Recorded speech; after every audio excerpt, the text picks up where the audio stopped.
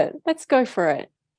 All right. So once again, just thank you all for being here. It makes it just so meaningful to come together to share Dharma, and but for you, I wouldn't be here. So thank you very much for helping me create virtue, causes of happiness, and naturally they're dedicated right back to you. Okay, so we've been learning about refuge, and as I like to begin each of the sessions with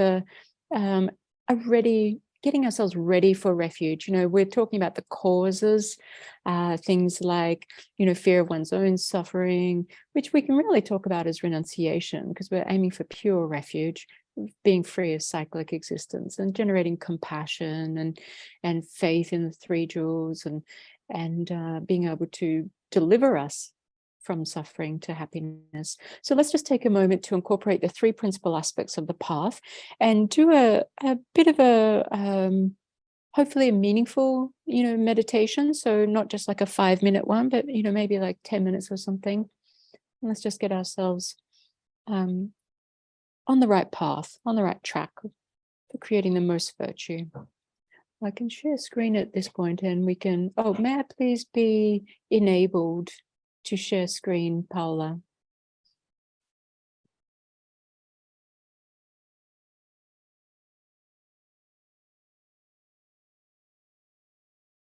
Thank you very much.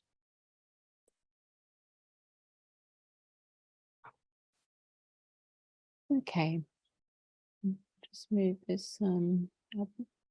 I'm figuring you're seeing what I'm intending.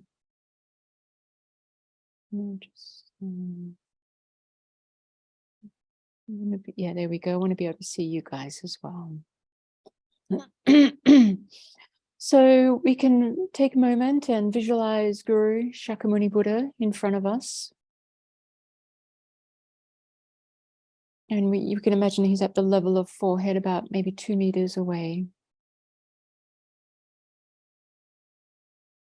And visualize his holy body. Each part of his holy body represents part of his omniscient mind and his supreme qualities.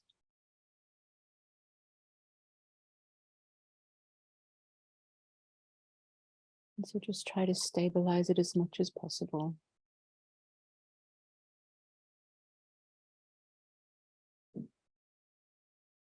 He encompasses the Guru, Buddha, Dharma, Sangha, all in one aspect.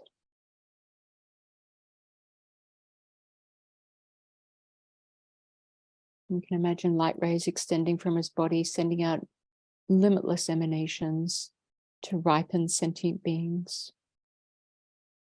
And others come back, absorbing into him, having done their work.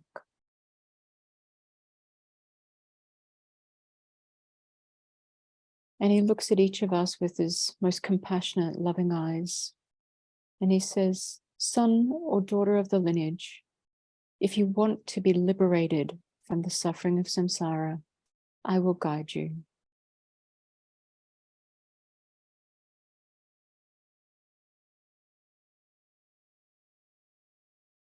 Really feel his love and compassion. Every moment of mind directed towards us and all sentient beings.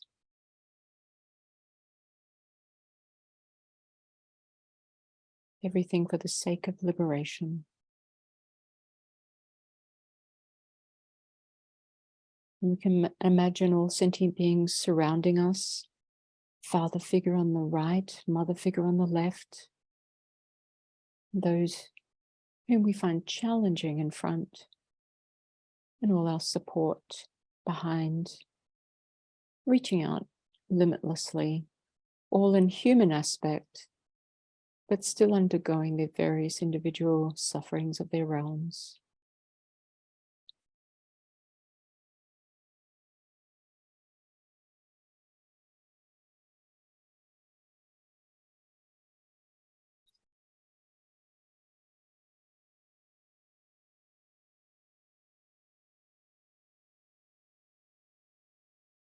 We can first begin to generate renunciation, wanting to be free of our own suffering.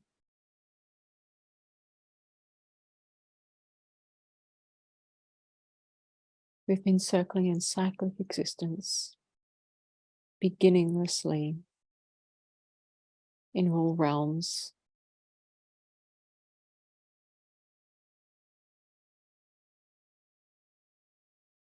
Undergoing unimaginable, excruciating suffering of the hells.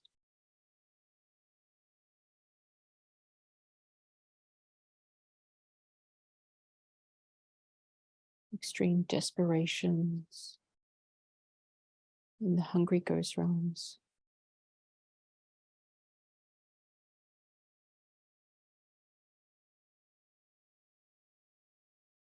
The animal realms being exploited, also experiencing great cold and heat and suffering of the elements.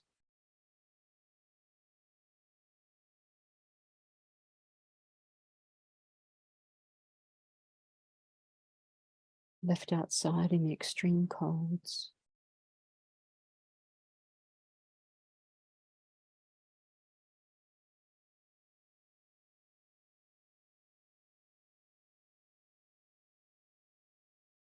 Used for our flesh and so forth.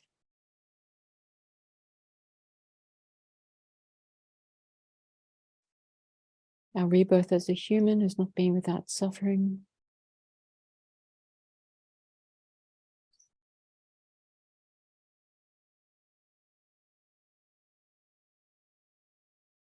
And it's the same in the demigod realm, for instance, extreme envy, jealousy, fighting.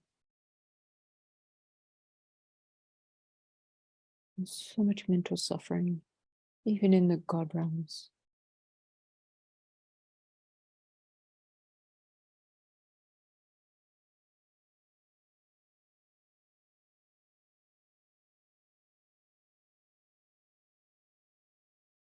And so generate that healthy, intelligent, useful fear that wants to be separated entirely from all these sufferings forevermore.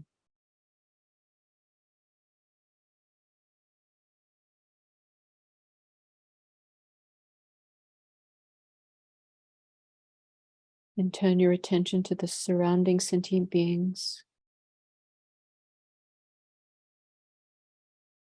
Whereas I was just one and the suffering is unimaginable. Sentient beings are numberless.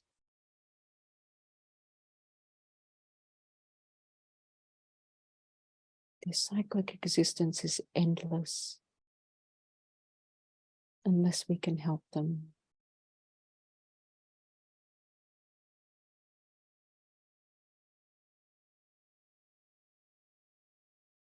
And so generating that sincere wish that also wishes to free them from suffering.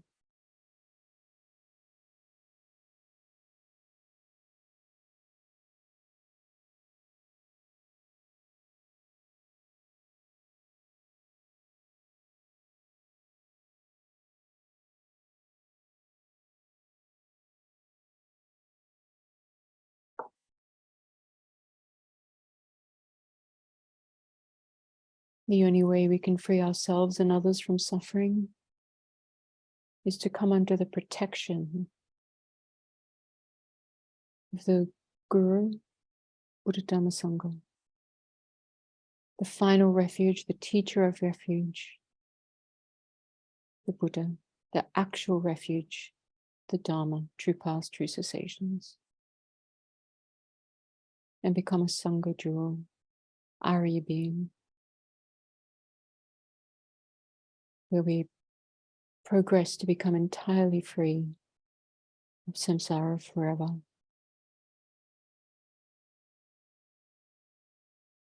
And so remembering the qualities of Buddha, Dharma, Sangha generate that sense of faith that they can guide us, having accomplished this already as the causal refuge. They know the way out, they've experienced it. And so they're the perfect guides to show us, to lead us to their state. So generating that sense of faith.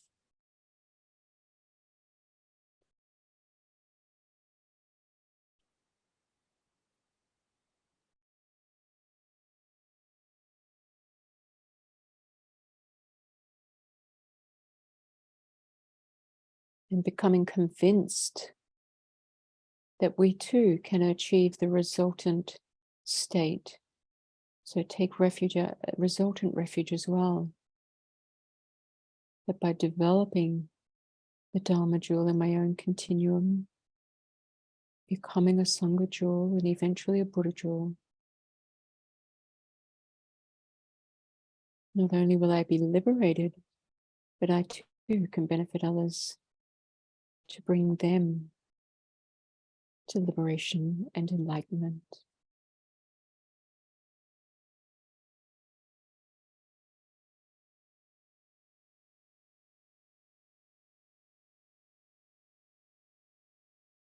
And who is this I that is going to be going for refuge, attaining the various paths and results that will be liberating sentient beings? How do we all exist? Of course we exist. How? How do we exist?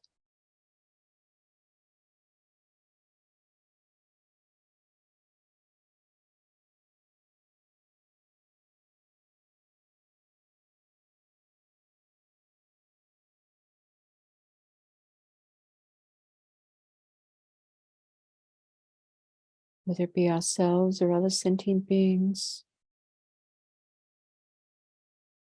or even the Buddha, enlightenment, it is all merely labeled by the mind.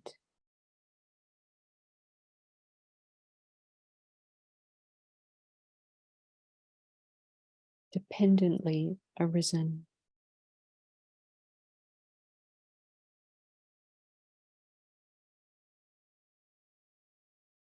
Totally empty of inherent existence.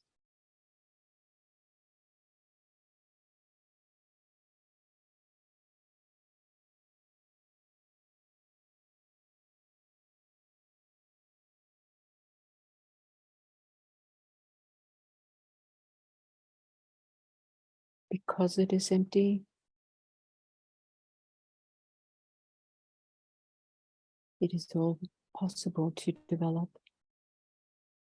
And from all the merit of all the Buddhas and Bodhisattvas, our own merit, we can make sure that we dedicate it to attaining bodhicitta, for the welfare of all sentient beings, to bring them to enlightenment.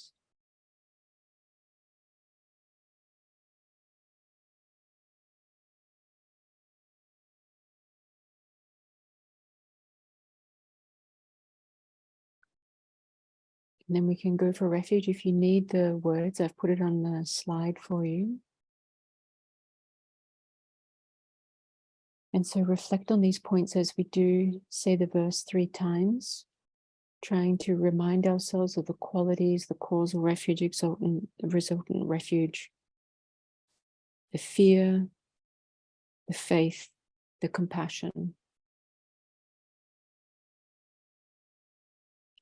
and then the generating bodhicitta, knowing that the I is empty, the Buddha, the state of enlightenment, totally empty, transmigrated beings, empty, not existing independently, existing dependently.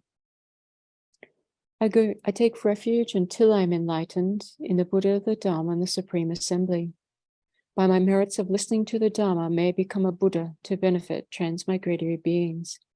I take refuge until I am enlightened in the Buddha, the Dharma, and the Supreme Assembly. By my merits of listening to the Dharma, may I become a Buddha to benefit transmigratory beings. I take refuge until I am enlightened in the Buddha, the Dharma, and the Supreme Assembly. By my merits of listening to the Dharma, may I become a Buddha to benefit transmigratory beings. And then we can imagine that Guru Shakyamuni Buddha that we've visualized in front of us then comes to the crown of our head and absorbs into us, whereby we attain the state of Shakyamuni Buddha.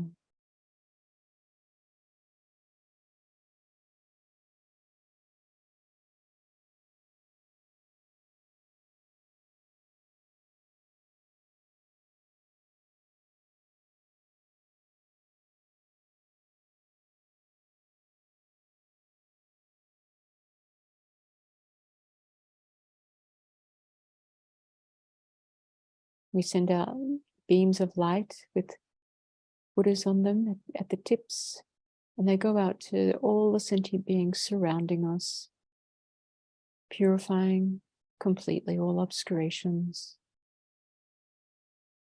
bringing all realizations.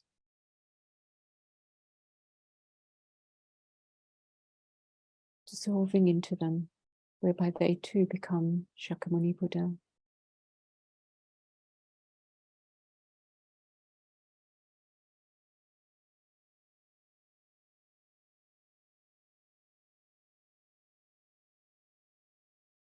Exactly as we wished to bring all sentient beings to enlightenment, create a strong imprint, and seeing it as so.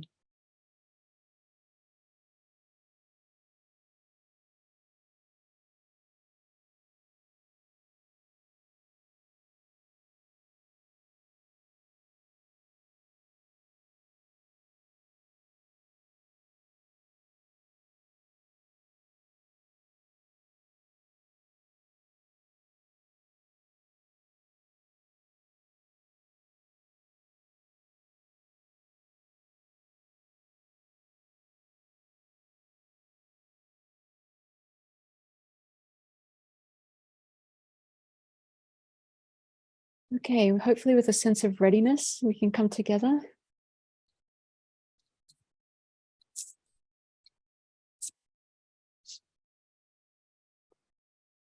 Okay, glorious Chandrakirti. Remember he talked about the wonderful quote, Buddha Dharma Sangha are a refuge for those desirous of liberation.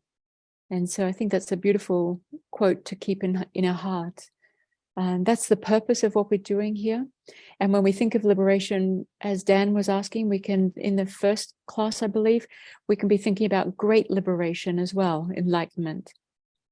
So whatever I present will be coming from the context of the bodhisattva vehicle, and from the highest school of thought, the Prasangika point of view, middle way consequence, unless I state differently. So that's all the framework of this. So we're going to talk about the Dharma jewel. And we said in our first class that it's the real or actual refuge. It is what actually will protect us from our suffering and causes of suffering. And we also said that it was the antidote to fear. Remember, that's the intelligent fear, useful fear. Fear of what? Well, fear of the lower realms. But that's not what we're aiming for. We're not aiming for just the happiness of future lives like a small scope practitioner. So fear, yes, of the lower realms, but it will protect us from the fear of cyclic existence as well. Engaging with true origins that bring about our true suffering. And so we're seeking this protection. And if we can actually stop the cause of our suffering, the true origins, reversing it, then we can develop true paths and bring about freedom, true cessations. And so this session will be looking at a little bit at the four truths. We'll be emphasizing true paths and true cessations. But I think it's important that we have to cover the first two truths to some extent. We can't just launch into the last two truths without really kind of understanding it. I'm not going to be dwelling too long, though, on true suffering or true origins. I'm going to assume a lot of knowledge already. And certainly if we need more knowledge, I know there's a course in February I think I'm doing on the four truths, so perhaps you'll join me for that, where we'll cover a lot more detail about things. But being this topic being, refuge, we want to highlight more that sort of thing. So the Dharma jewel, we also said it wasn't a final refuge that was only in the continuum of a Buddha, because there's, like more to be done. For instance, when we arise into subsequent attainment, things appear to us as if they inherently exist, and, mistaken appearances coming out of our imprints of ignorance. And so we still have to abandon these as we progress along the way. Even if we attain mere liberation, that of an arhat, well, we still have those mistaken appearances until we abandon knowledge obscurations, also known as cognitive obscurations, two translations. I prefer either one. Good to know both, depending on where we are. So basically, that's what we're looking at in this lesson. And, we're seeking the protection of Buddha, Dharma, Sangha for the purpose of liberation, great liberation, we can keep in mind, to protect us, deliver us from true origins and true sufferings, deliver us from karma and afflictions, our true origins. And so remember, Buddha said, what did he say? He said something like, I reveal the path to liberation, but know that liberation itself depends on you.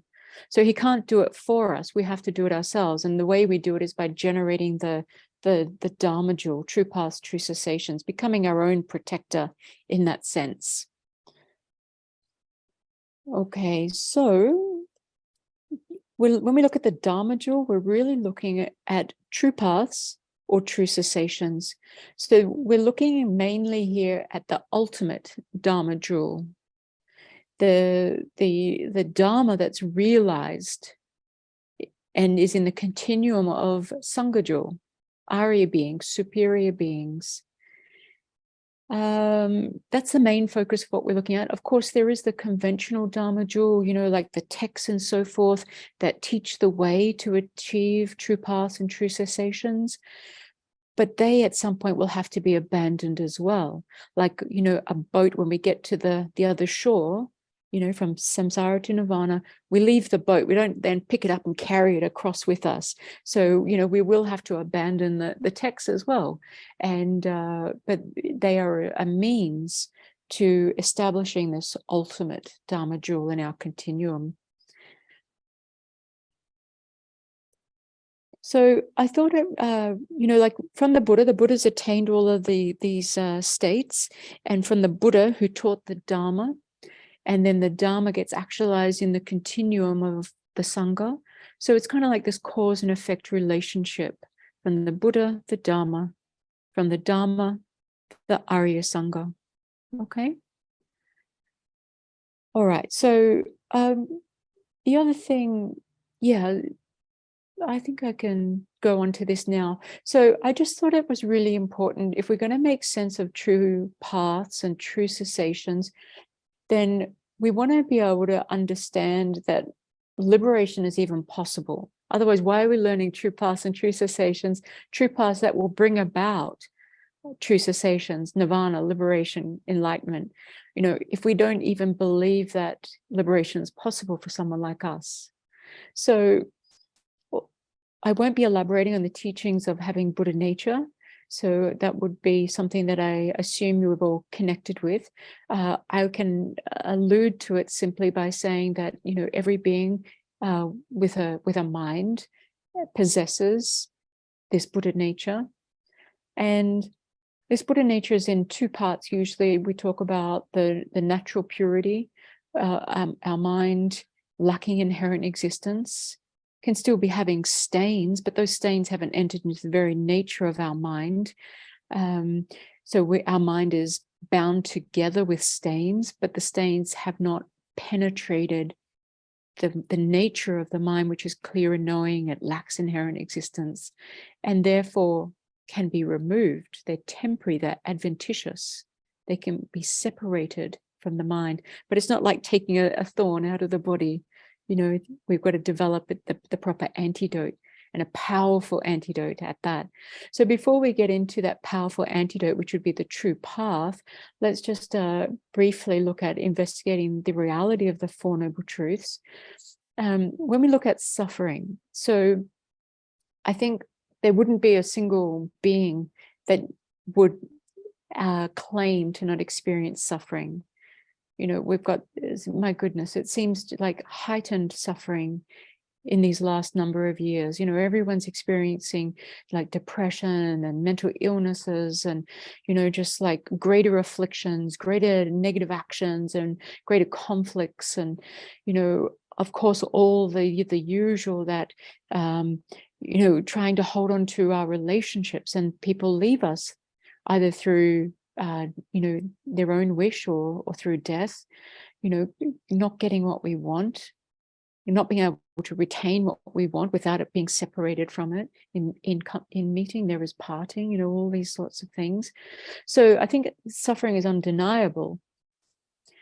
And when we look at suffering, well, we've got to basically ask, investigate, does it have a cause or is there no cause? Why do I suffer? And if it has no cause, then there's nothing we can do. We cannot counteract it with some sort of powerful antidote to make it go away. If suffering doesn't have a cause, if it's causeless, then it's not going to be impacted and changed by conditions surrounding it or impacting upon it. It's not going to be affected by these things. And so we might as well just end meeting now if anyone is thinking that suffering has no cause. Paolo, I assume I go on. Okay, so suffering does have a cause. So we've established that. And we know that when, so when we investigate this cause, if suffering does have a cause, well, when we investigate further, we need to decide, is it an impermanent cause that is changing moment to moment, or is it a permanent cause where it's unchanging on a moment by moment basis, more enduring, you know? And if it's a permanent cause, it's going to be an independent thing and nothing that can be affected by that. So once again, let's end meeting now. Okay, because there's nothing we can do. But we know from our own experience that we do suffer, and that at certain times it's more potent. When certain conditions are around us, you know, our suffering is even greater. It could be just meeting with somebody that we don't wish to meet with, and we get all this anxiety felt in the body, and we get sick in the tummy, and we might even get an upset tummy where we're running to the bathroom and we just feel nauseated, we maybe choked in the throat, we can't eat, you know, whatever the symptoms are, when the conditions are ripe, when the so-called cause of our suffering, I say so-called because it's not the main cause, is it? That external situation is very far from the main cause. The main cause is our karma and afflictions. But, you know, we do get triggered by external people or events and so forth. And so we notice that at those times, you know, our suffering increases. Maybe someone who we find challenging goes away, and there's a decrease in our, you know, anxiety and fear and so forth. And we know at other times we just don't have that sort of same level of suffering. So when we investigate individually in our meditations, the very suffering that we're experiencing, does it have a cause? If it has a cause, permanent, impermanent, and, you know, we come to experience and get to know our suffering. Suffering is to be known.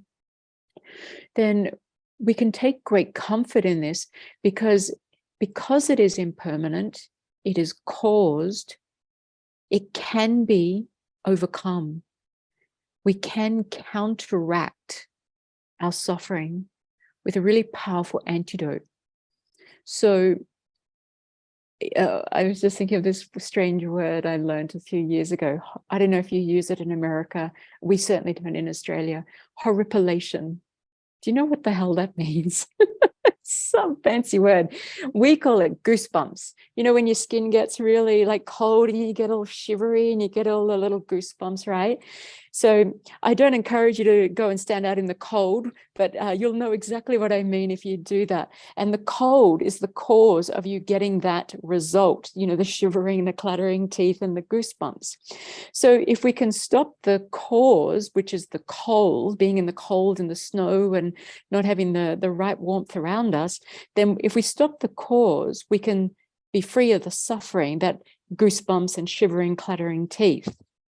Okay?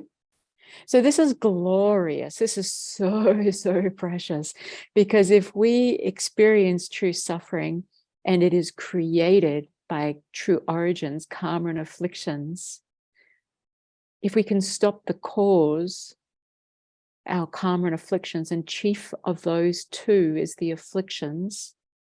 Chief of the afflictions is this grasping at inherent existence, for an inherently existent self, or or phenomena, the aggregates and so forth, then if we stop the cause, we stop the result. We stop the cause, true origins, we stop true sufferings. If we can bring an end to true origins and true sufferings, then we can attain liberation, we can attain freedom, we can attain true cessations. And so how would we bring that about, attaining true cessations? Well, we would have to look at how that comes about, and that's by following the path, reversing, overcoming karma and afflictions. So I find this just incredibly beautiful, and I don't ever feel the need to get stuck in, learning about suffering, go, oh, it's so horrible, it's so depressing, I just want to go home. No, far from it. I think it's so precious because of this chart, and I'm sorry, I don't have a mathematical mind, and if someone does reach out to me, because I tried to just create this flowing thing yesterday or the day before, and I might be mathematically representing things wrong. So if you're good at charts, reach out to me. But this is, at least on a basic level, illustrating that how we are giving rise to our own suffering through causes which are impermanent and therefore interact with cause and conditions and therefore can be overcome. So the powerful effects are just so supremely there. So just ever so briefly, because it's not the focus. So identifying the causes of suffering, why we circle and cycle existence. And the Ferris wheel I've created there with the 12 links going around it. Okay, so we're not going to do a teaching on the 12 links, but just I encourage you to investigate some of that understanding. This is how we circle, how we enter into cyclic existence under the control of karma and afflictions. So afflictions being our ignorance, our craving and grasping, links 1, 8, and 9, producing karma 2 and 10. No, the second link, compositional actions. 10 is becoming. Okay, I think it's called existence there in that Ferris wheel. So under true origins, we bring about all the true sufferings, this birth, contaminated aggregates of body and mind, where we're primed to experience suffering and perpetuate our suffering until we get off this Ferris wheel. And we see cyclic existence as a beautiful park, Lama Zopa.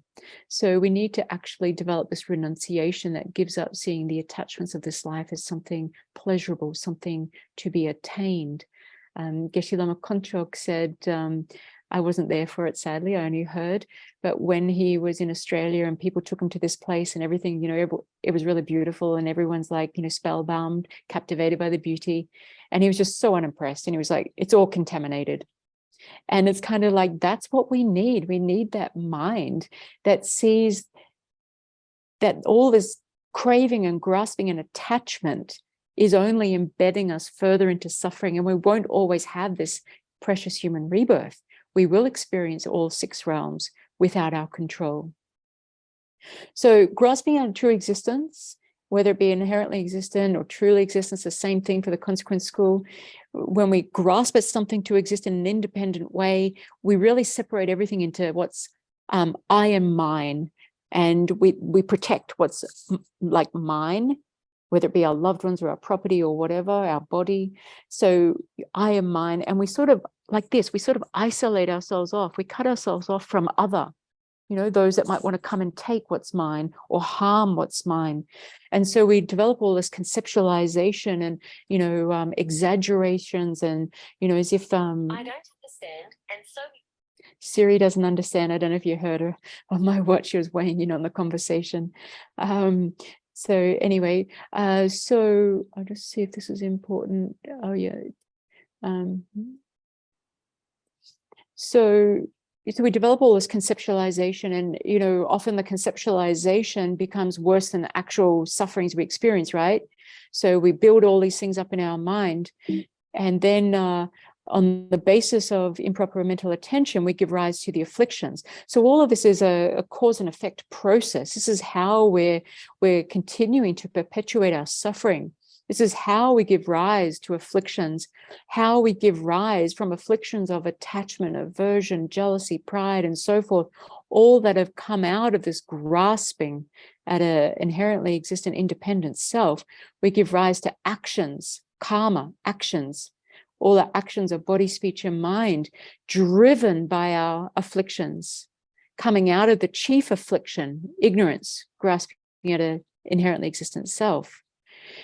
All of this is the causal process by which we then experience suffering.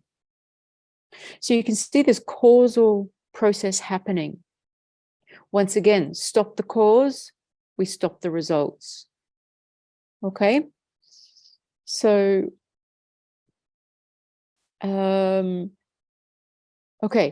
So as far as like how do we stop the results? Well, if we've got grasping at a truly existent self, an inherently existent self, then we're observing the self, which does exist, the conventionally existent self, the I, the mere I.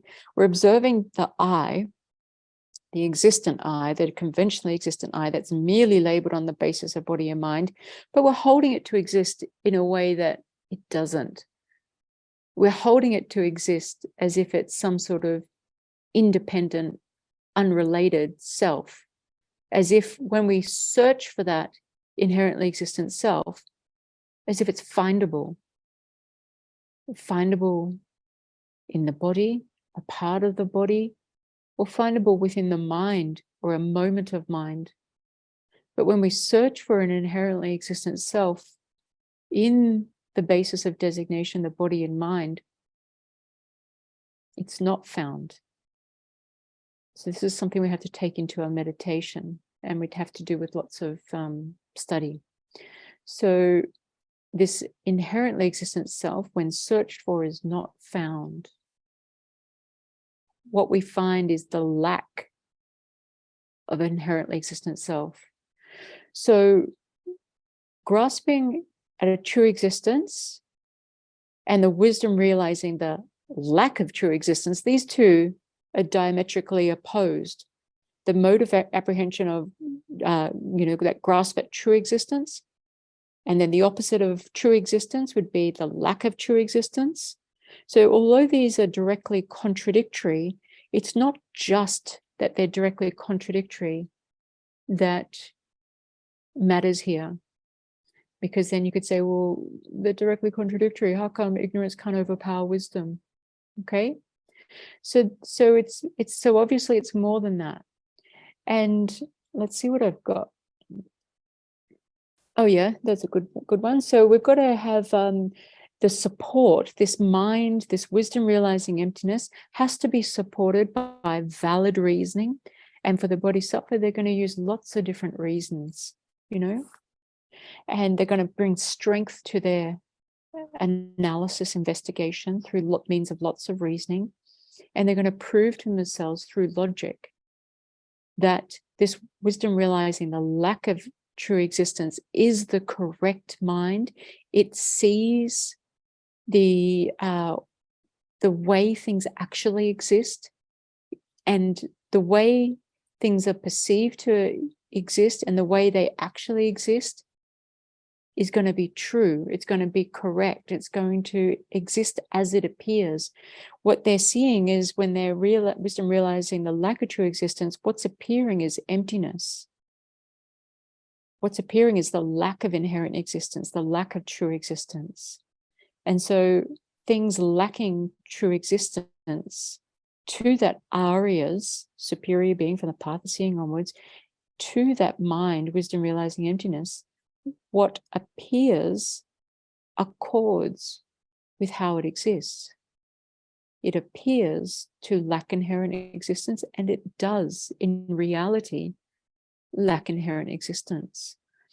Whereas the I, when we grasp at ourselves to inherently exist, we appear to inherently exist, but we don't inherently exist. that inherently existent I is not to be found. It can't be found because it doesn't exist in that way. So the way it appears and the way it exists in reality are false. Whereas the wisdom realizing emptiness, the way it appears and the way it exists is a true mind. So this is supported by valid cognition and has been realized by the Aryas. And so wisdom realizing some sort of core self, like a lack of permanent unitary independent self, or realizing a lack of a self-sufficient substantially existent self, or love, patience, any of these sort of temporary solutions. If we're feeling angry, we can generate patience or love. These are temporary, like a painkiller. It's going to help a little bit, but it's not going to overcome the root cause of why we're feeling angry. Angry being an affliction, an anger, which you can see was born out of improper mental tension and grasping at true existence. So when we shoot at the target there, the target bullseye being grasping at true existence, when we shoot at the target, our arrow of wisdom realizing coarse selflessness, love, or patience, they're not going to hit the target. So we're not going to be able to overcome why we suffer. And so for that, we need to have only something with all of those things I've already just mentioned, the wisdom realizing the emptiness of a true existence self. And that's going to hit right at the target. And when we hit at the target and we develop that, and we strengthen it, and we break through so that it's no longer a conceptual realization, but becomes like a non-conceptual realization from the path of seeing, then what's going to happen is, as that strengthens in its power, we're going to find that we break through, and basically all that is going to appear is this lack of inherent existence. It's not nothingness. Lack of inherent existence is not nothingness. So it's ultimate truth, what is going to be appearing, a phenomenon. And so this is what really the Dharma jewel is getting at, is having proven that liberation is possible, that we can abandon true origins, which bring about true suffering, that we need to go on to develop true paths and true cessations. And then we come entirely under the protection of the Dharma jewel. Our own mind is going to be protected from giving rise to true origins and experiencing true sufferings. And so naturally we seek to exit samsara, and to bring that about, we need true paths, in the sense of it's like the cause that's going to help us to separate from the sufferings. True paths are consciousnesses.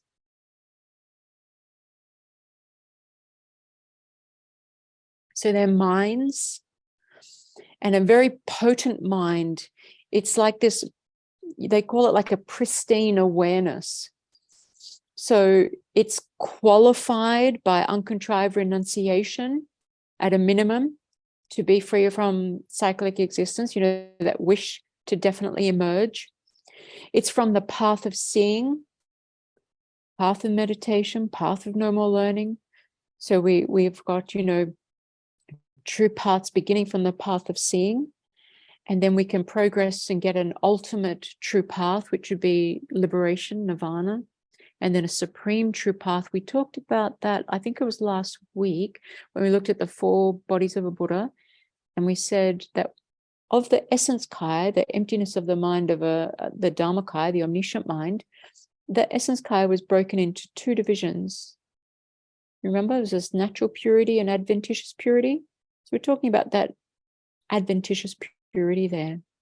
That would be like the most supreme of all true cessations. So true paths, the main true path, it's not the only one, but the main true path we're talking about here is this non-conceptual realization of emptiness. An Arya being, a superior being, an Arya's exalted knowledge, of meditative equipoise, non-conceptually realizing emptiness, and Arya's exalted knowledge of meditative equipoise, non-conceptually realizing emptiness. So this is the most powerful antidote. And when it's supported on the foundations of our conventional bodhicitta, from the bodhisattva vehicle, so this ultimate realization of emptiness, this non-conceptual realization of emptiness, that would be when we start to call that ultimate bodhicitta, and not before. Anything before is not true. It's not accurate. Ultimate bodhicitta begins from the path of seeing, with this Arya's uninterrupted path, non-conceptually realizing emptiness, on the basis, supported, influenced by their conventional bodhicitta. Okay, so when you get this powerful mind coming together, then with that support of conventional bodhicitta, then it becomes supremely powerful, and we develop so many excellent qualities. We can start to emanate bodies, 100 bodies going here, going there, ripening sentient beings, being blessed by, like 100 Buddhas. This is 100 for the path of seeing, but it increases, 100, 1,000, 100,000, and so forth. All these qualities where we can go to pure realms and, and enter into all these meditative stabilizations simultaneously, like 100 of them at once, really supremely powerful. And this is coming about due to true paths having that combination with conventional bodhicitta. So if we want to exit samsara, true paths will cause us to separate from sufferings by stopping the causes. If we stop the cause, we stop its result. We can abandon afflictions together with their seeds,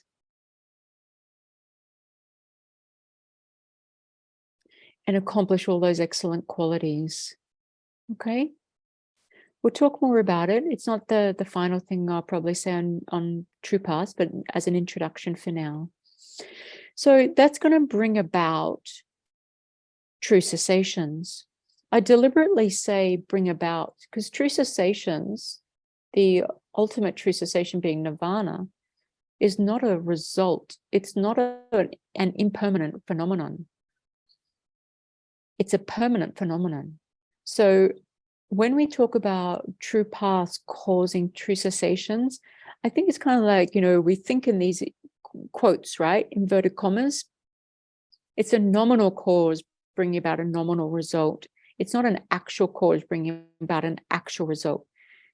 So true paths do bring about this separation from suffering. True paths cause us to separate, and the true cessations are the separation.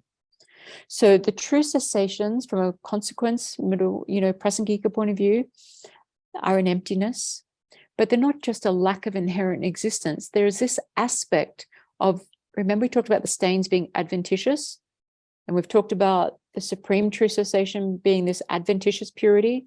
Adventitious, Kedrupje, I think it was, said adventitious just means, something like can be separated from the mind, in this case, clear light mind, separated.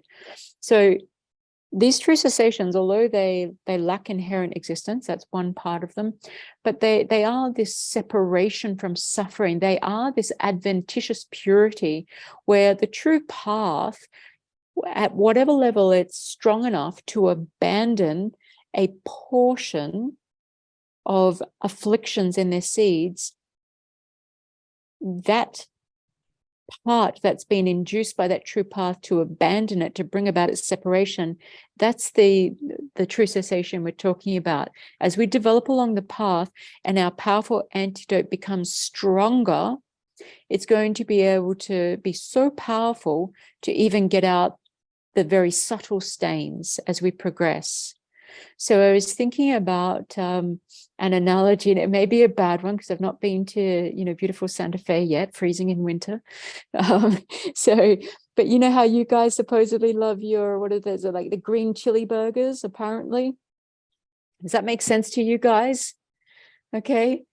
Dr. Google today said it was one of your favorite foods. So anyway, here's my analogy.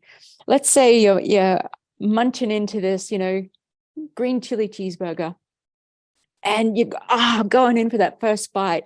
Whatever happens, the cheese and the burger and the bits drip down onto your clothes sometimes, right? I imagine if it's a nice juicy burger, maybe it's a vegetarian burger, I don't know if you have that option, but the grease and all that from the patty can drip down onto your clothes.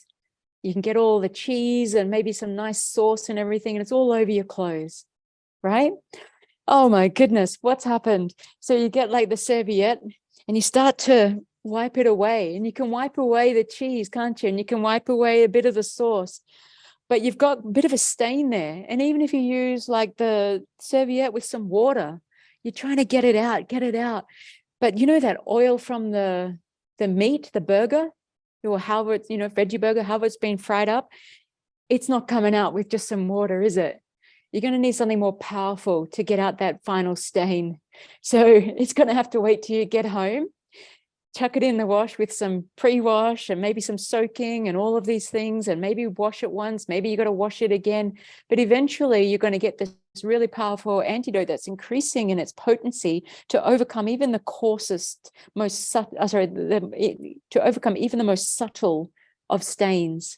So you can get rid of the coarse stains now in the restaurant, get rid of all that stuff in your lap right now, but as far as the subtle stains that remain on your clothes that you're going to have to carry home and attend to, that's going to need a much more powerful antidote than just the pure water on the serviette. Okay, so as we progress along the path, our true paths, our wisdom, non-conceptually realizing emptiness, becomes more powerful. And the more it increases with the support of this conventional bodhicitta and all of the qualities that we develop, emanating no longer 100 bodies, but now 1,000 and 100,000 and so forth, it's increasing in its qualities, it's increasing in its power to remove even the subtle stains. So the coarse stains could be removing, the afflictive obscurations, but now to remove the knowledge obscurations, those final subtle imprints, then we're going to need that really potent, powerful antidote to bring about supreme true cessation of the adventitious purity of one of the, essence kaya, the Buddha body. So, okay, what else was I thinking to cover?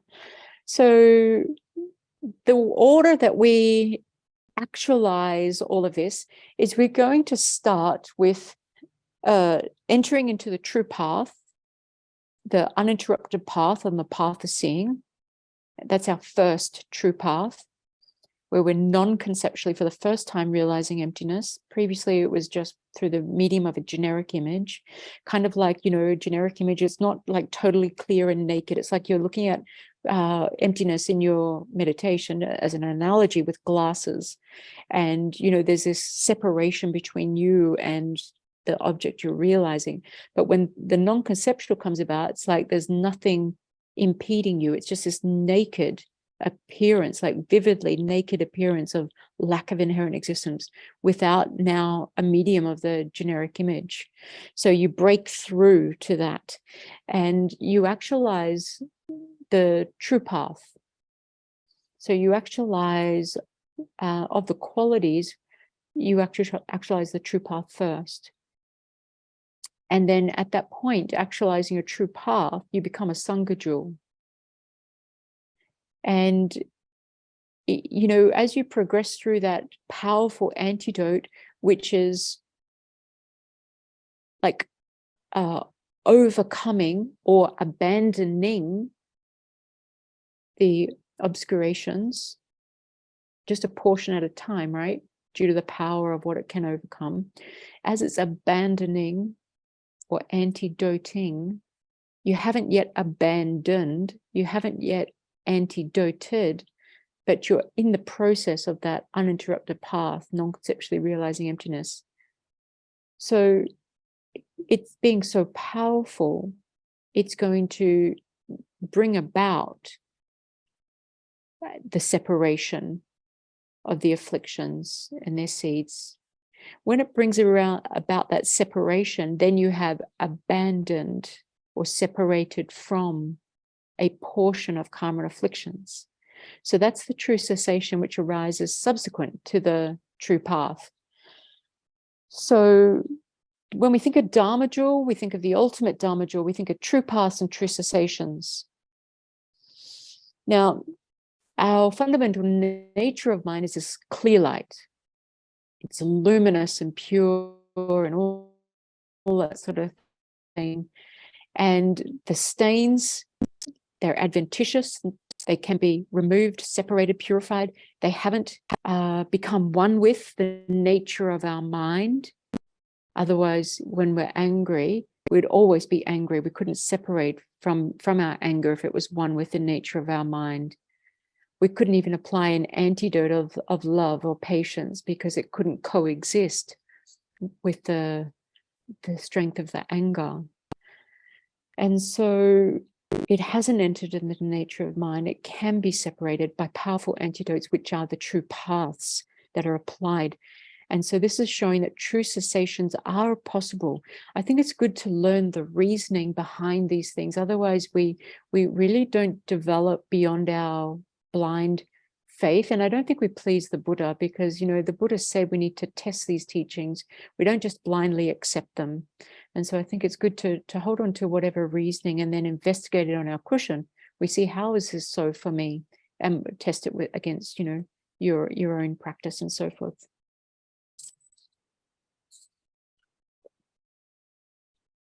Remember, we looked at the, before I go on to this, actually, I might see if I can just stop share for a second. Do you have any questions at this point for what we've covered so far?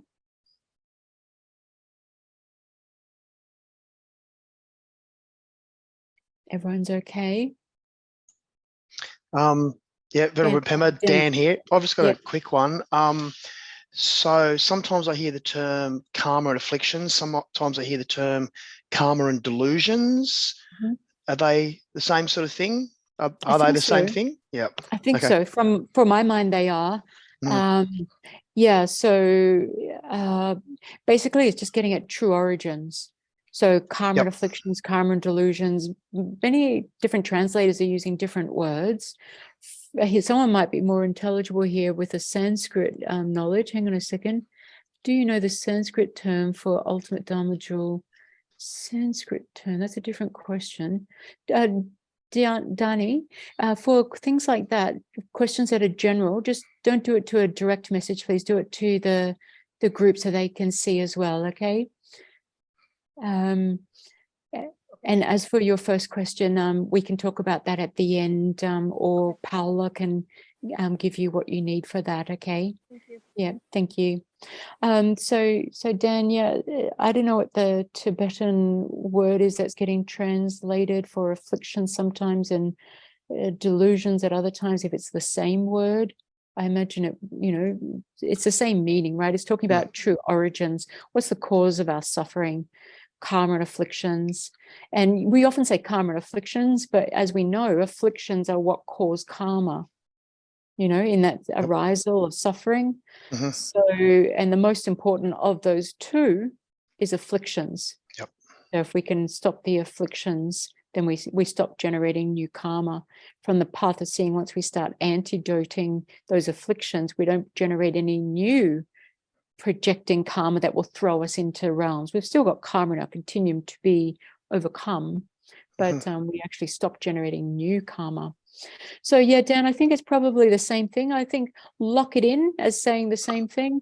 If you learn differently, you can let me know, but I feel quite comfortable we can lock that in. Thank you.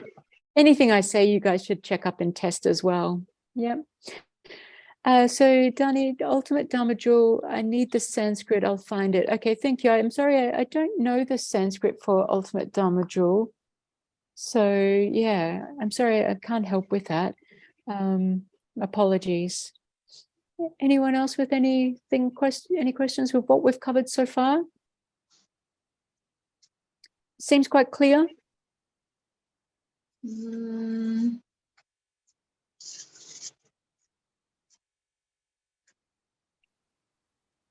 Who's doing the Feel free to weigh in. Someone's expressing a doubt through a non-verbal, you don't call it a non-verbal cue, a minimized cue. What is it? Was that me? Kodo. It is Kodo. Come on, girl. Come on, girl. You can't go unmute and go and then go mute. Like, come on. I'm old. Me it's too. late. My head is full. That's what that, you're like, yeah, is everything clear? And I'm like, whoa, what a download. And Kodo, maybe that's my fault. Maybe I went too fast as well. No. I'm slow. It's not you, it's me. It's slow. I'm slow. Well, I appreciate you letting me know, because sometimes I get a little bit excited when it comes to, like, preciousness like this, and I go, oh, and I just sort of, download. And if your download speed's not like good, if your internet speed, metaphorically, is going in and out, or you're in a part of the house where your download isn't sort of receiving it as well as I'm delivering it, then you need to ask questions, because I'm very happy to backtrack and go over things, try to explain things differently. I'll try to come up with examples if I can. So yeah. I love your enthusiasm. It's just so beautiful. It just comes in, so I'm fine. Okay, well, please feel free to jump in and give another even if you got to mute yourself after that, it's okay. All right, Thomas, are you okay? Traveling all right? Yep. Then shall I go on? Everyone's okay? Yep. All right. So what I was thinking about doing is having a look at the, go away. There we go. I don't know if you see what comes up on my screen, but I get all this Zoom stuff come up. I don't know if you saw that as well. So I was just thinking about looking briefly, not with intensity, not as something we must understand, but just as a bit of an overview, to give us a bit more detail about true cessations and then true path. So remember, we looked at the Buddha jewel, we looked at the 8 qualities, and the Buddha jewel was a final refuge possessing like all 8 qualities. Well, here, as I've just explained, you can have a true path without a true cessation. So of these 8 qualities, you don't have to have all of the 8 qualities to have a Dharma jewel, a true path or true cessation in your continuum, by which you become a Sangha jewel. So it's a progression towards 8 qualities. So the first quality, and the first 3 qualities relate to true cessations. The first one being inconceivable. Another way it might be expressed is unthinkable. Inexpressible is another translation. So inconceivable.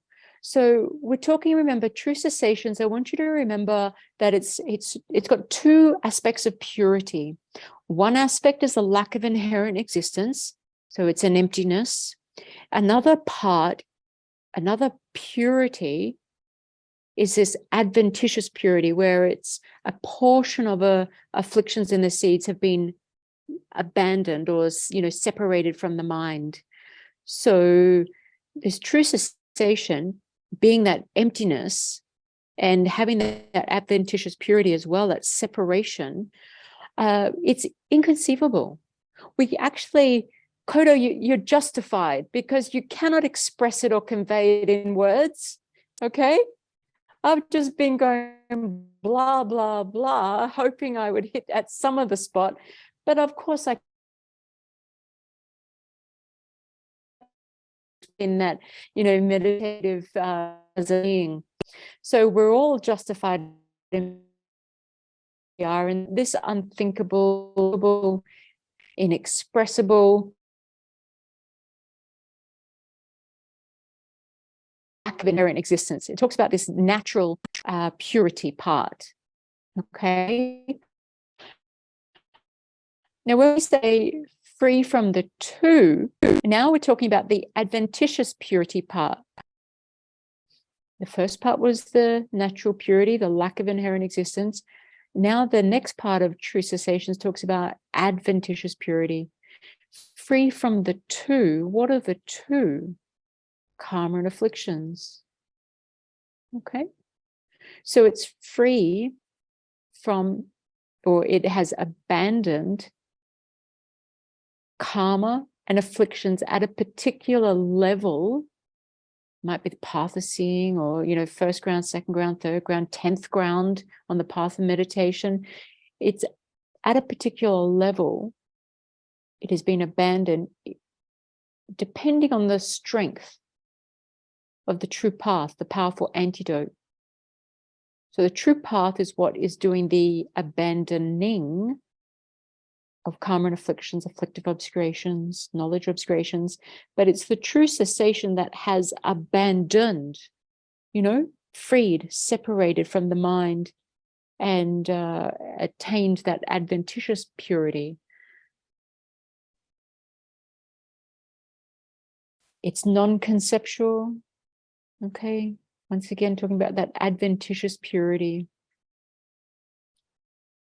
So we've abandoned, you remember we talked about grasping at an inherently existent self, and then that improper mental attention, and then there was the afflictions, then there was karma, then there was suffering.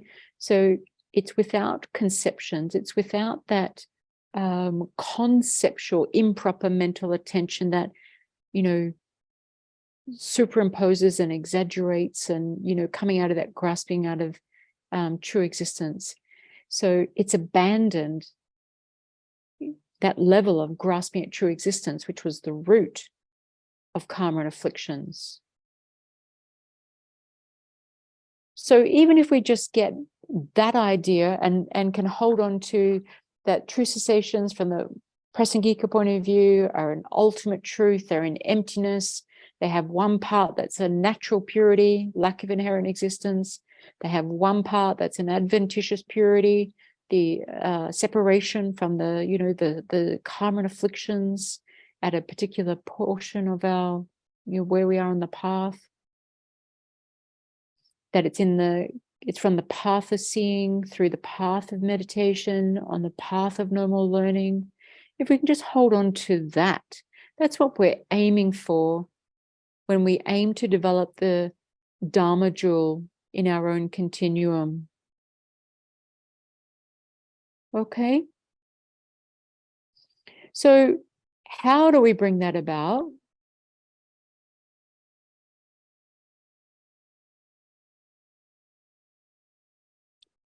Well, that's going to be true paths.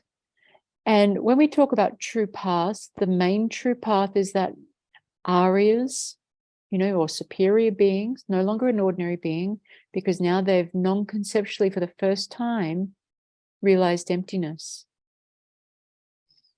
And so with that, remember that the nature of the mind is clear light, the stains are adventitious. Stains have not entered into the very nature of the mind, which is pure and clear. Okay? So purity, it's pure. Pure of what? It's pure of stains of afflictions. It's a mind. Remember, a true path is a consciousness. Okay?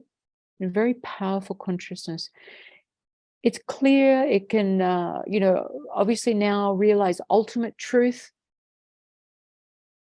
Okay, before it was only realizing conventional truths. Now from the path of seeing, it's realizing ultimate truth. And it's of an antidotal class in the sense that it's a powerful antidote to overcome the cause of our suffering, by which the result of that cause will be stopped. So true paths are going to be an antidote, a powerful antidote to counteract remember the chart, the impermanent cause of karma and afflictions, which will stop its result, true suffering. Okay, so try to hold as much of that in your mind as possible. You could always watch the recording again and put me on half speed. So I will talk like this and you might get it more. Just teasing. All right, so in summary, those 8 qualities, we're going to split like we did before with the Buddha jewel. We're going to split the first 3 is going to be a summary, and then the second 3 a summary, and those summaries are obviously going to be true cessations and true paths. So this wording on the screen here is from Sublime Continuum, Uttara Tantra, whatever it's called, Maitreya's text, on Tathagata essence, Tathagata Gaba, something like this. Anyway, like that. So that's why those words don't flow so easily, because it's coming from there. So that which is the separation is the true cessation. That by which brings about the separation is true paths. So how we enter cyclic existence as true origins brings about true suffering. How we reverse the 12 links, true paths bring about true cessations. Okay? All right, so that's the Dharma jewel, having those 2 characteristics of the 2 truths. Conventional truth, true paths, the wisdom mind, realizing its object being emptiness, which is an ultimate truth, which brings about true cessations, also an ultimate truth for the Middle Way Consequence School. So obviously, if we need to comply with a doctor's advice when frightened by an ordinary illness, then what need to mention that it is so when perpetually diseased by the hundreds of faults of attachment and so forth.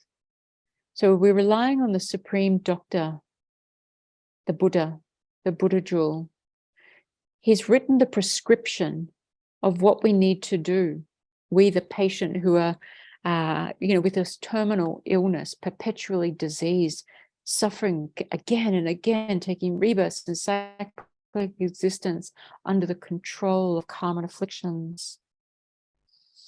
But having the script from the doctor and putting it in in our purse, our wallet, whatever you call it, and not getting it filled at the chemist, or getting the script filled and just leaving the pills in our cabinet, or taking a small dose, or skipping doses, or taking, I'm so keen, love all of this, I'm going to take 3 of the pills now, and then not taking any for another week or 2 weeks or a month. How we are with our Dharma practice. So we obviously can't behave like that, knowing the scientific ingredients, okay, but not internalized. We need to cultivate this Dharma jewel in our mind through study, through reflection on what we studied, and through meditating on what we've studied and reflected on. Okay, so the gorgeous advice from Shantideva, so precious.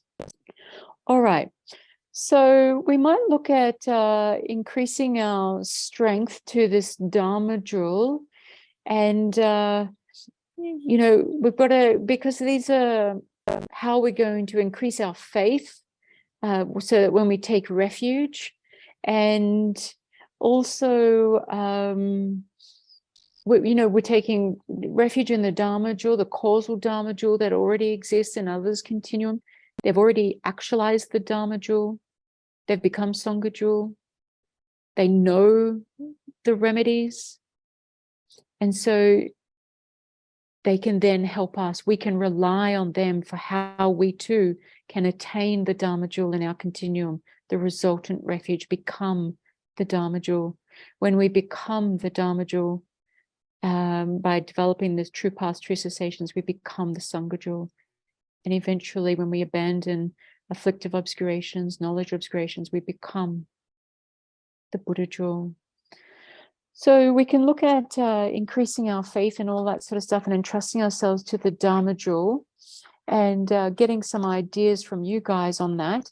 But before I demand too much from you and giving, your ideas and so forth, I might just share with you, let's just see. I might just stop for a second. So when I think of refuge and things like that, we can rely on the texts as our conventional Dharma jewel that teach us true paths and true cessations. And they can be our stepping stone until we actualize the ultimate Dharma jewel, right? Same with the Buddha jewel statues and all of these sorts of things. We talked about what's good to do, what's not good to do in relation to Buddha images and statues and so forth. And the same thing, I think it's worth talking about, how we can show respect for the Dharma jewel. And some of the things I've seen just in my travels, which I actually personally find rather disturbing, is, when Dharma texts get put on the ground. So that's not respecting the Dharma jewel. It's not respecting the conventional Dharma jewel. So as Buddhist practitioners, and many of us have taken refuge already, then in following our refuge commitments, these are trainings that we can use to tame our mind, to ripen our mind so that we can receive the qualities, and to develop faith in the Dharma, to bring about the Dharma jewel in our own continuum. So definitely, like I saw a picture which disturbed my mind, just it's going around Facebook at the moment, and it's a prayer book and it's got a mala sitting on top of it, maybe for photographic appeal. And it's true, it looks good in a photo like that. But from a refuge point of view, it's shocking because we don't put anything on top of our texts. When we set up our altar, the highest are our texts. The real refuge is the Dharma jewel. So they're even higher than the Buddha statue we may have on our altar in the stupa. So if you've got texts along the, like the top of your altar, that's better. You wouldn't put them low in your house somewhere down, at a low shelf height.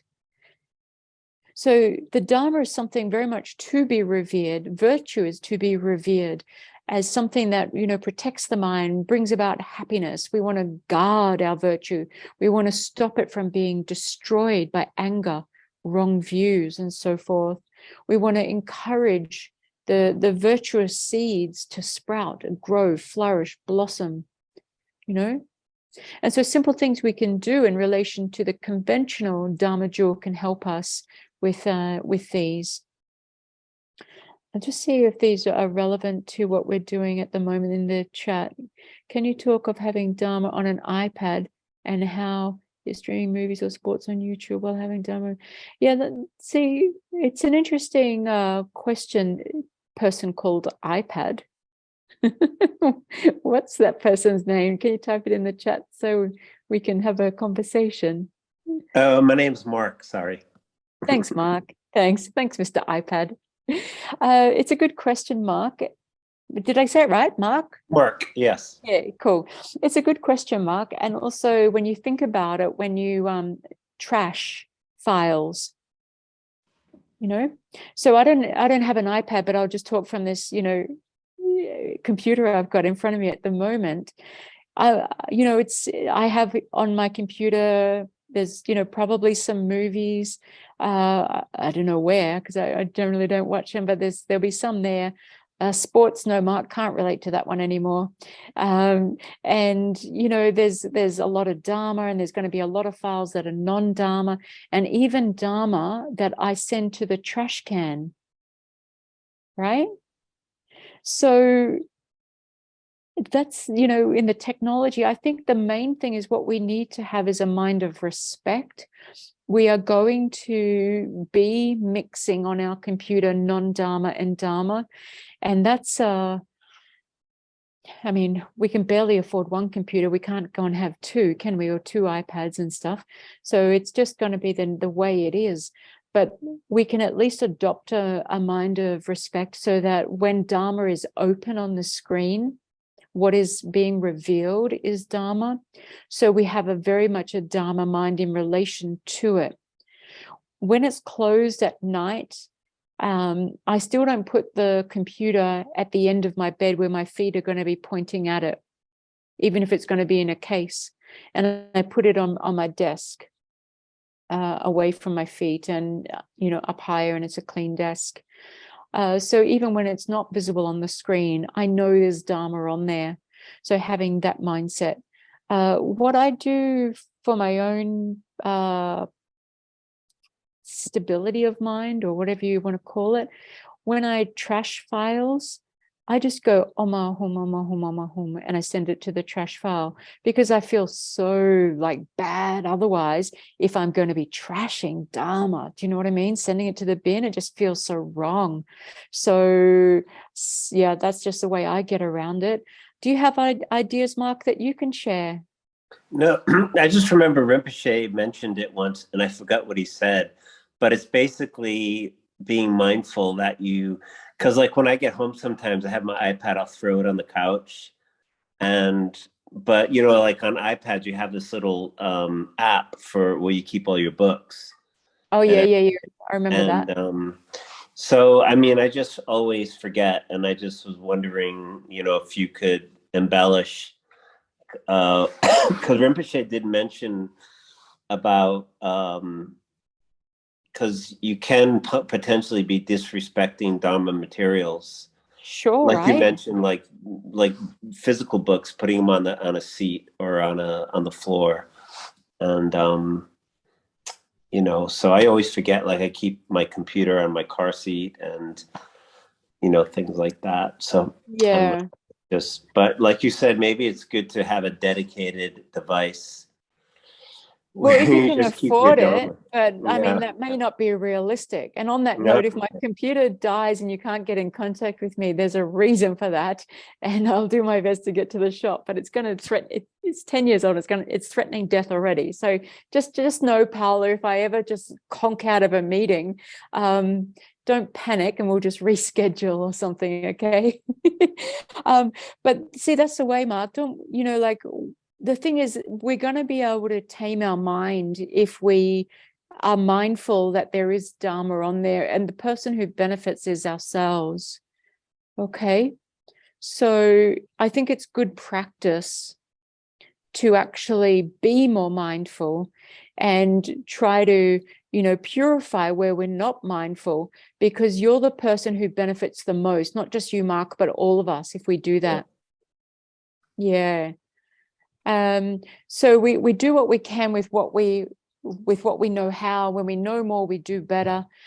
Certainly having no presence that there's Dharma on there, and just, chucking it around and all of these things, and just trashing files or whatever without any respect, it can't be good, right?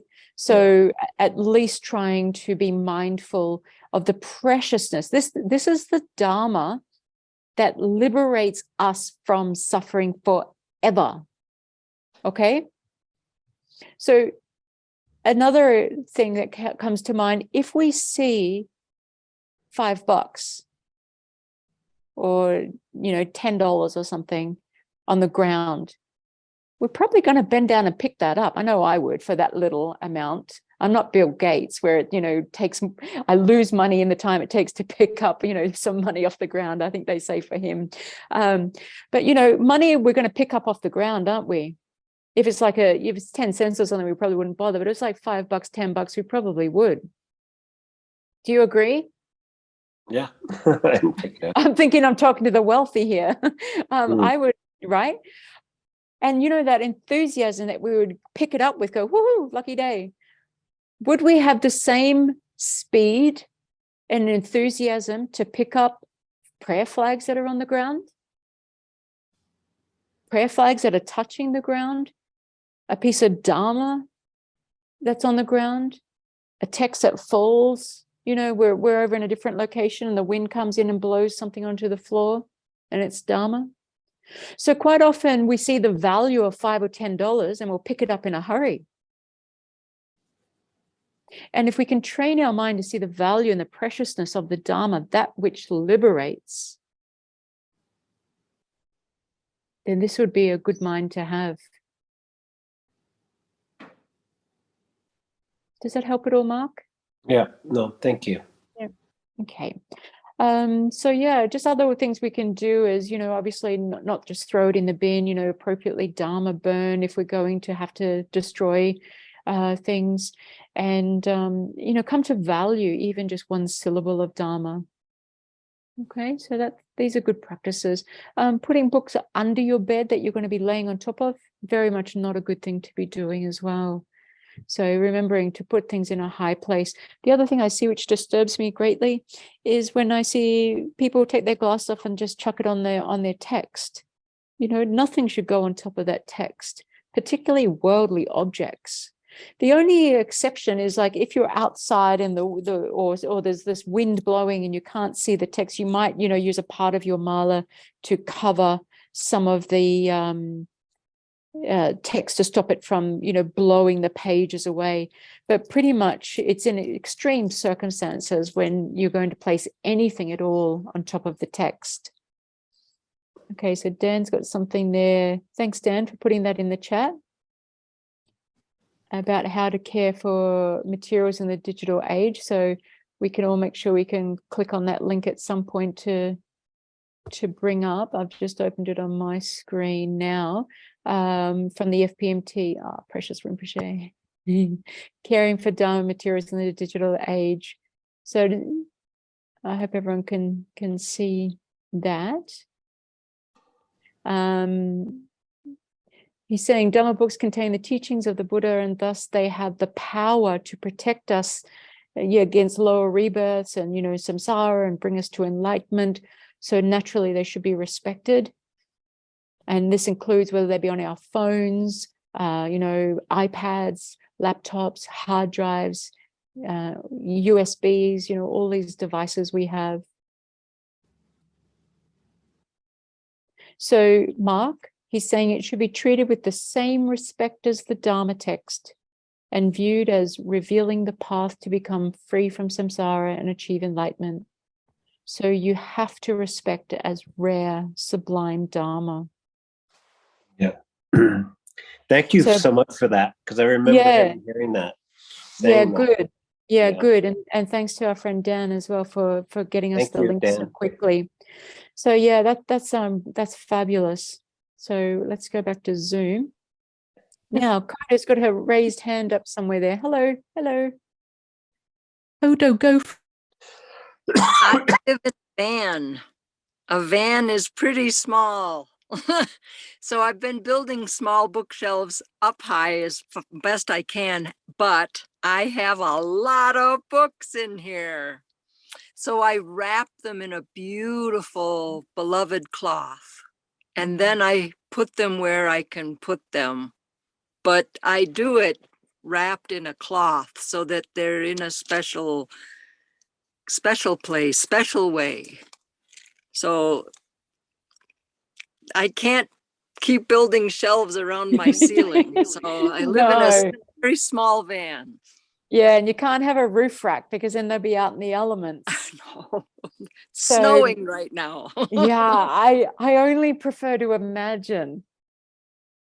It's so cold. I'm cold when I think about how cold you guys must be.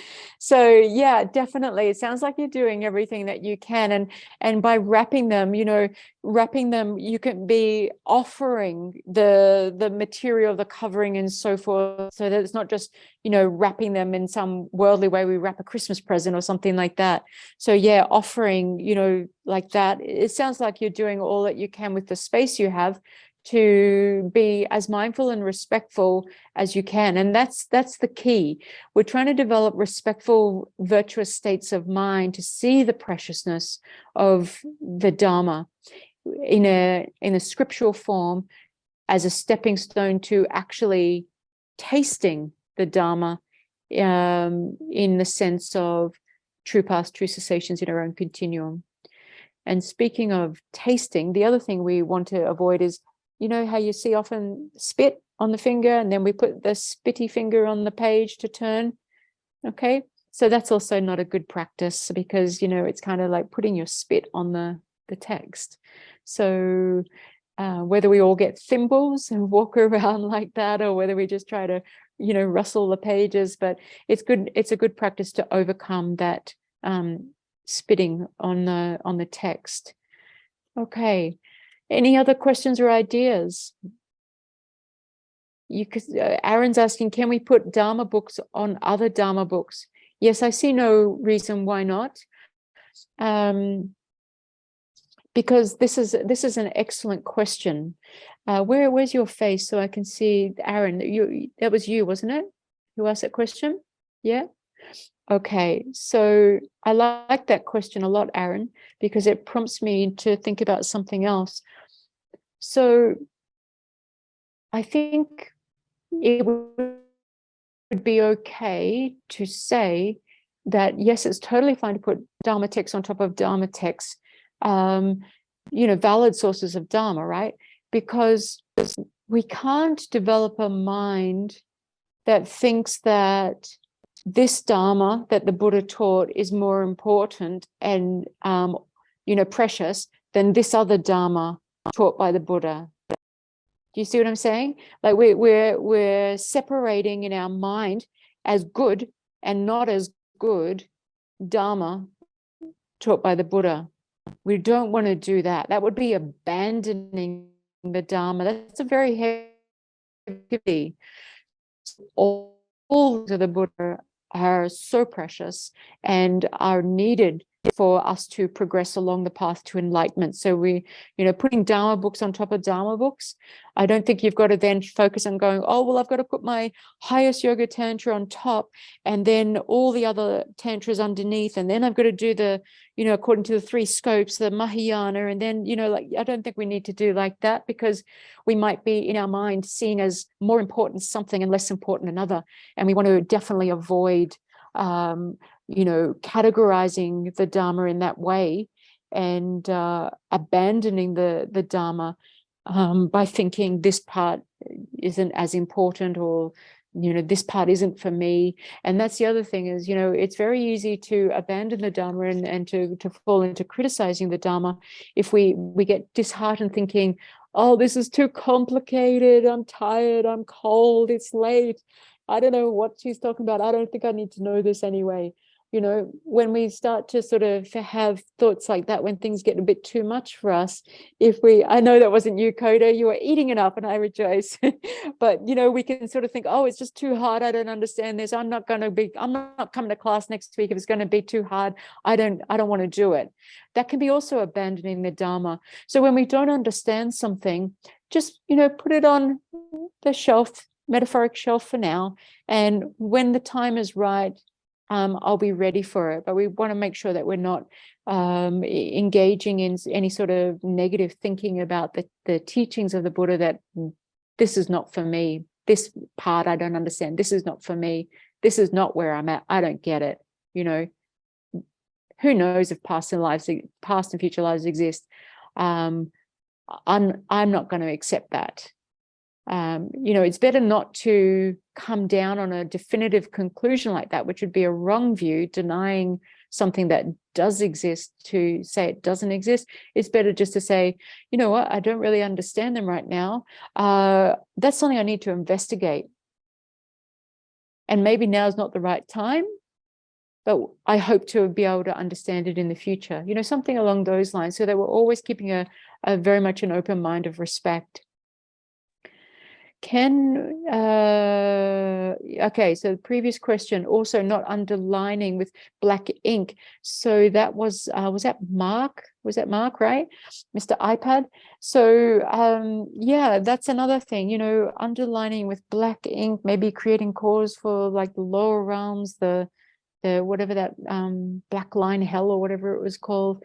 So, you know, this is a I don't know. I don't understand this one. I know once I went to one of my Larumpa Geshis and said to him, because I would underline in a book, I wouldn't mark the text as such, the actual letters. Okay. And if I ever go near a letter, I always make sure I erase it and make sure that there's no mark touching the letter. But the white space between the lines, I have underlined and things. I'm not saying this is good practice. I'm just sharing with you what I did. When I heard about not underlining with black ink and all this, I sort of like freaked out. And I went to my Larumpa Geshe and I said, Geshe-la, is this like something very bad? I must stop, because I have in my text, I have underlines, I have things in the margins, I have notes of things I might have remembered from previous teachings. You might have a square box that I don't understand this right now, I've got to investigate that. I use it as a study manual, a study guide, a Dharma guide. I don't treat it like a worldly book where it's just far from that, but it is like a comprehensive study manual. And he said, no, this is okay, this is good. So I'm not sure, Mark, how far we go as to never make a line, or if there is some room for movement with a good positive motivation, a bodhicitta motivation, to try to understand this precious Dharma so that we can internalize it in our practice and even have the generosity of sharing Dharma to help others. I don't know. We've got to make our own decisions on that as well. Certainly what I do when I highlight, I like to use like a yellow highlighter where possible. And I like to think of it as in offering. You're offering yellow, which is gold, to the Dharma when you're underlining it. And this is a beautiful thing that I find helps. So I'm not just going, underline that, it's the mindset you bring to it. So investigate for yourselves all of these most precious advices that we receive, and see how they fit and work for you and how we go about it. I notice, some of the geshes I've seen in their text, some markings in it in pencil and these sorts of things, and some of this, not post-it notes, but those I don't know if I've got any, those little clear sticky thing with the color, the tags, I see these and stuff like that on their text. So yeah, I hesitate as a practitioner to think that I would never underline a book or something like that, because I see it as an amazing study technique, but I certainly don't treat it like an ordinary study text. And but anyway, that I'm not giving advice, I'm just like sharing my experience. Yeah. Okay, so just Venerable, may I ask something super quick? Of course you can. You can take your time. It's the same topic, so you may not want to be on it for too long, but I've got a photograph. Could I share it? What the photograph is, it's an image of sacred texts in the Far East, in Japan, and it shows how they are stacked, because somebody was asking about that. And this is normal. So they're kept in a room. This, I think it's an octagonal room. They're all stacked up very high. Oh, I see. Yeah, wow. And they're venerated, and people offer money and flowers. Beautiful. Buddha. Beautiful. Yeah, definitely. That's gorgeous. I know with my altar, I've got I've got like a text up the top, and I offer flowers along there and lights along there. And I've got like bookcases for the ones I've studied, like, basic program, master's program, Discovering Buddhism, all the different, courses I've studied. And I make flower offerings along the text as well. So I think it's a very wonderful thing to absolutely, respect, revere.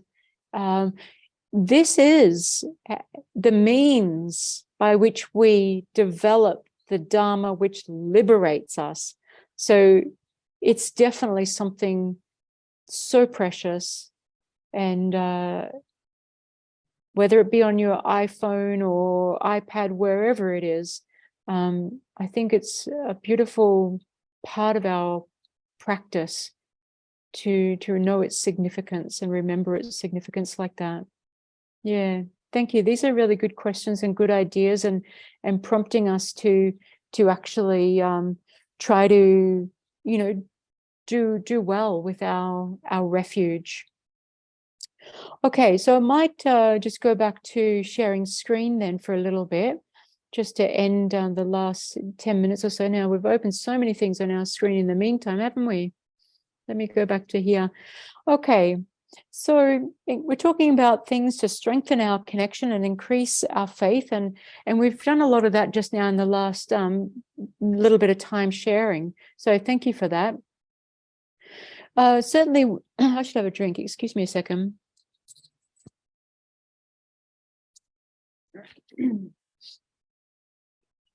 So certainly, we want to come to see the Dharma texts as being, this is as part of refuge training, as being actual Dharma jewel, actual true paths, true cessations. So with that sort of same mindset, we use it as a way to bring our mind to the desire to attain true paths, true cessations in our continuum, supported by our bodhicitta. You know, why do we want to seek this? For the welfare of all sentient beings, to bring them to enlightenment. Therefore, I need to attain enlightenment. Therefore, I need to abandon suffering and its causes. Therefore, I need the antidotes, true paths, to bring about true cessations, liberation, great liberation, enlightenment. So we try to see the Dharma as this actual Dharma. And that's very far removed from putting it with worldly magazines or just chucking it on the table, or, you know, conveniently chucking it on the sofa, or, you know, wherever. So naturally, we want to practice according to the advice and implement it. It's no point just having an intellectual approach of, I know I shouldn't be doing this, but doing it anyway.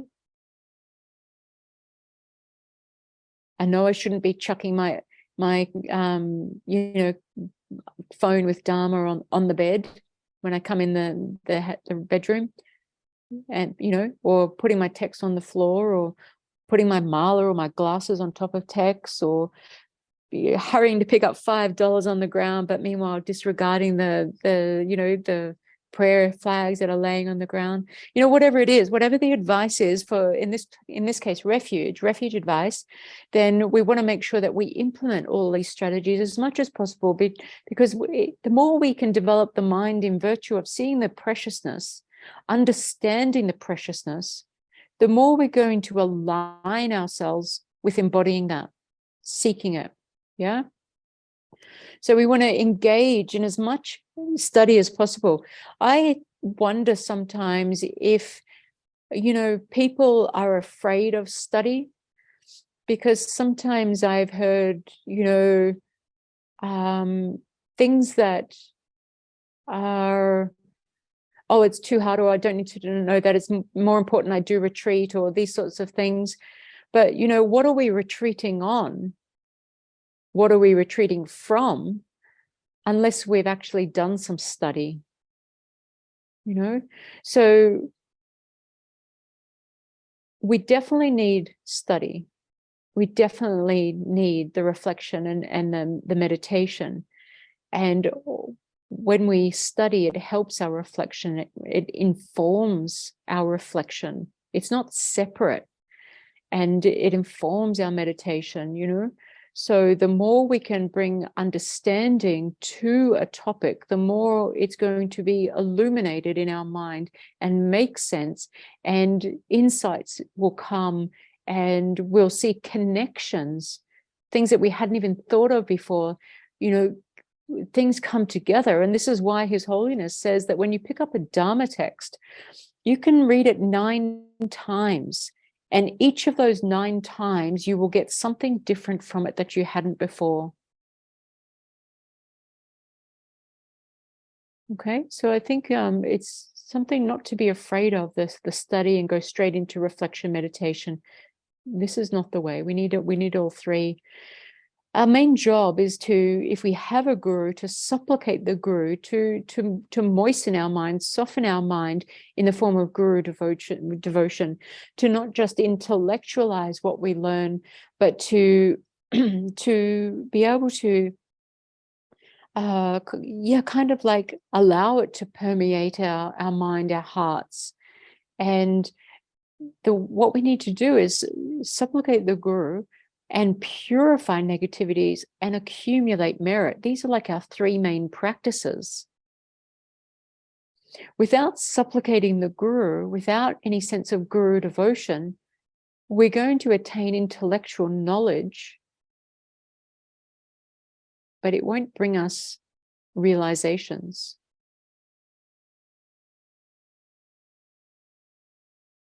And so if we can, when the time is right, have a guru, an infallible guide based on one we've checked up, not just gone to an initiation because our friends are saying, come, come, come, not like that.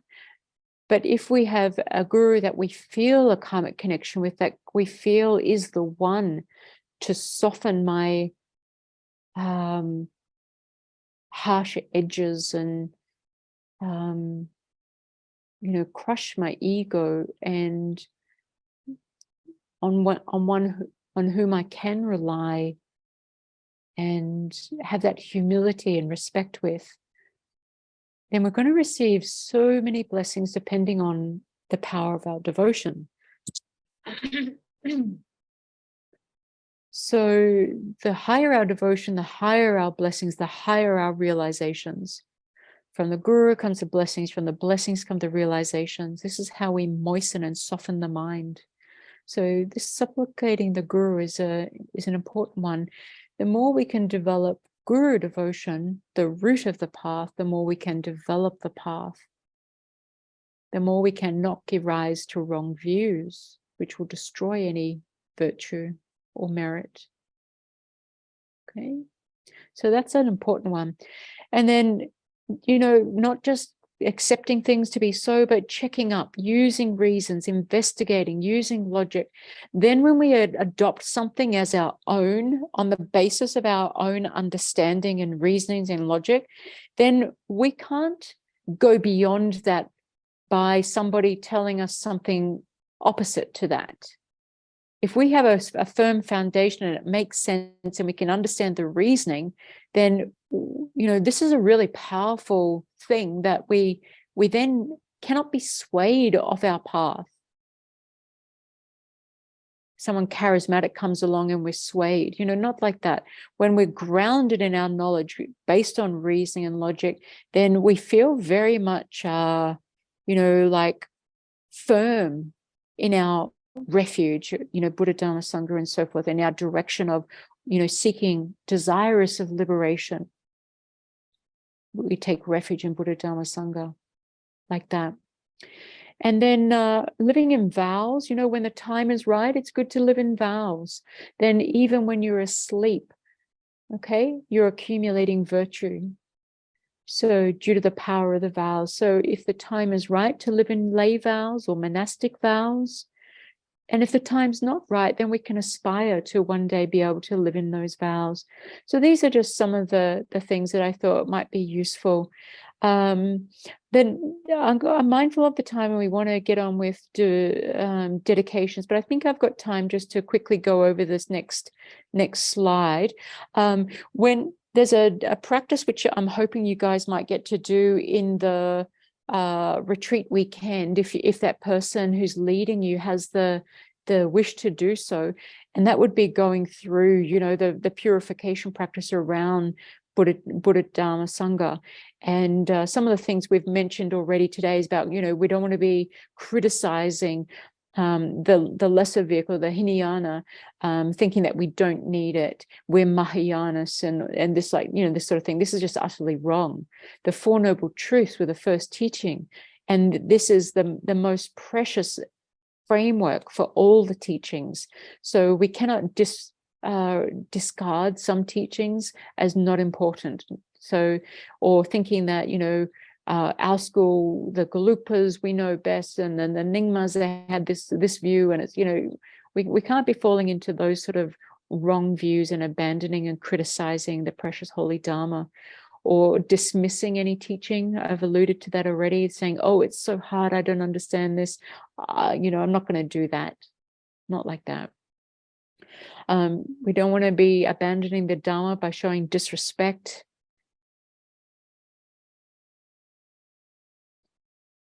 Using saliva to turn the pages, or even putting one letter in the garbage and not putting things on top. So this is when we do the practice, whenever it be the purification practice and bringing in the realizations, then these are some of the things we can purify, visualizing this nectar coming down, streaming through, removing all these negativities that we've accumulated since beginningless time in relation to the Dharma. And then once we've done the purification, then what we can do is bring in all the blessings and receiving the qualities, and the type of qualities that we want to receive. Basically, any of the Dharma which leads us to the result. So Guru devotion, being that which protects us from wrong views and disrespect. Guru devotion brings us closer to enlightenment. It's the root of the path. On the basis of Guru devotion, we receive blessings. On the basis of blessings, we receive realizations. Without blessings, no realizations. And so in this sense, Guru devotion is supremely important. But even just now, the more we can start to be protected by the Dharma, by appreciating our precious human rebirth and how death is definite, but the time of death is not definite. And the only thing that helps at the time of death is Dharma. By having this in mind already and seeking some sort of protection of the Dharma, we can stop wasting our life and stop being caught up with worldly things that aren't beneficial and will only perpetuate suffering and immeasurable suffering. Because if we take for granted this precious human rebirth, the likelihood of receiving it again in the near and distant future, extremely unlikely.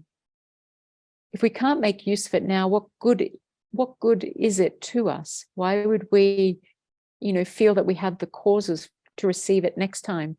Impossible. So the more we avoid harming others by trying to adopt, stay within the bounds of karma, law of cause and effect, karma, actions and result.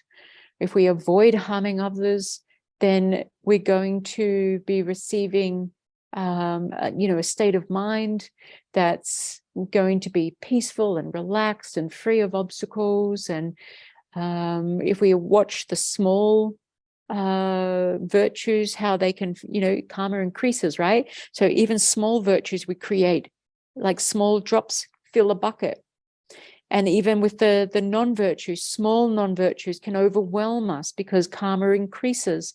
So, the Dharma can protect us now, even though we don't have true paths and true cessations yet, we can engage in the form of protection of the Dharma now through trying to develop these qualities of Guru devotion, understanding precious human rebirth and death and karma. All of these are really small scope practitioners and preliminary practices as well, aren't they? And then the middling scope, trying to develop that mind. Remember Geshe Lama Konchog, it's all contaminated, all samsara is contaminated. So all the suffering of change, this temporary happiness, and how we get so craving and grasping and holding on to it and not wanting to be separated from it. It only increases and, sends us to lower realms and increases our suffering and samsara, embeds us even further. Try to develop our understanding, wisdom realizing emptiness. It's going to cut the root of cyclic existence. It's going to bring us to liberation or enlightenment. Without the wisdom realizing emptiness, we will not achieve whatever goal we seek, liberation or enlightenment. Bodhicitta, of course, two wings of the bird. We've got to have along with the wisdom side, we've got to have the method. And then tantra, for instance, to attain the bodies, the kayas, and achieve the mind of clear light. So that's basically what I wanted to cover with you today, and we pretty much got there. So then I would look at going to the dedications. We've got 4 minutes for that, which is good timing. Just seeing if there's anything important in those messages for me to attend to at the moment. Venerable, I think Venerable Dondrab has taken them all. Oh, how wonderful. What a good support. Love it. So what if we go to the prayers at the end here? And I'm just seeing if I can get there. Actually, I've got, I'll just go down to my PowerPoint and see if I can get there quickly. Prayers, bodhicitta, dedication. Okay, here we go. Is everyone okay?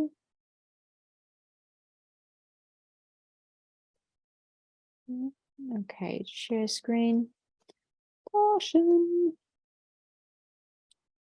Okay. So let's dedicate the merit. We've been together for a couple of hours. It might have felt like 5, or it might have gone like in a dream. And so much merit. We did enter these teachings on the basis of the 3 principal aspects of the path: renunciation, bodhicitta, wisdom realizing emptiness. And we've been together discussing the precious causal refuge, resultant refuge.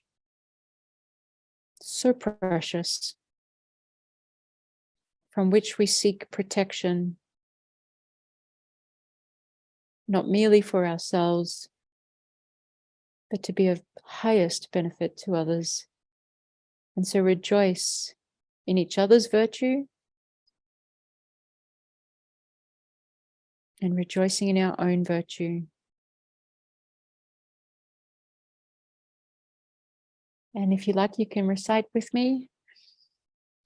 Due to this merit, may I soon attain the enlightened state of a Guru Buddha, that I may be able to liberate all sentient beings from their sufferings.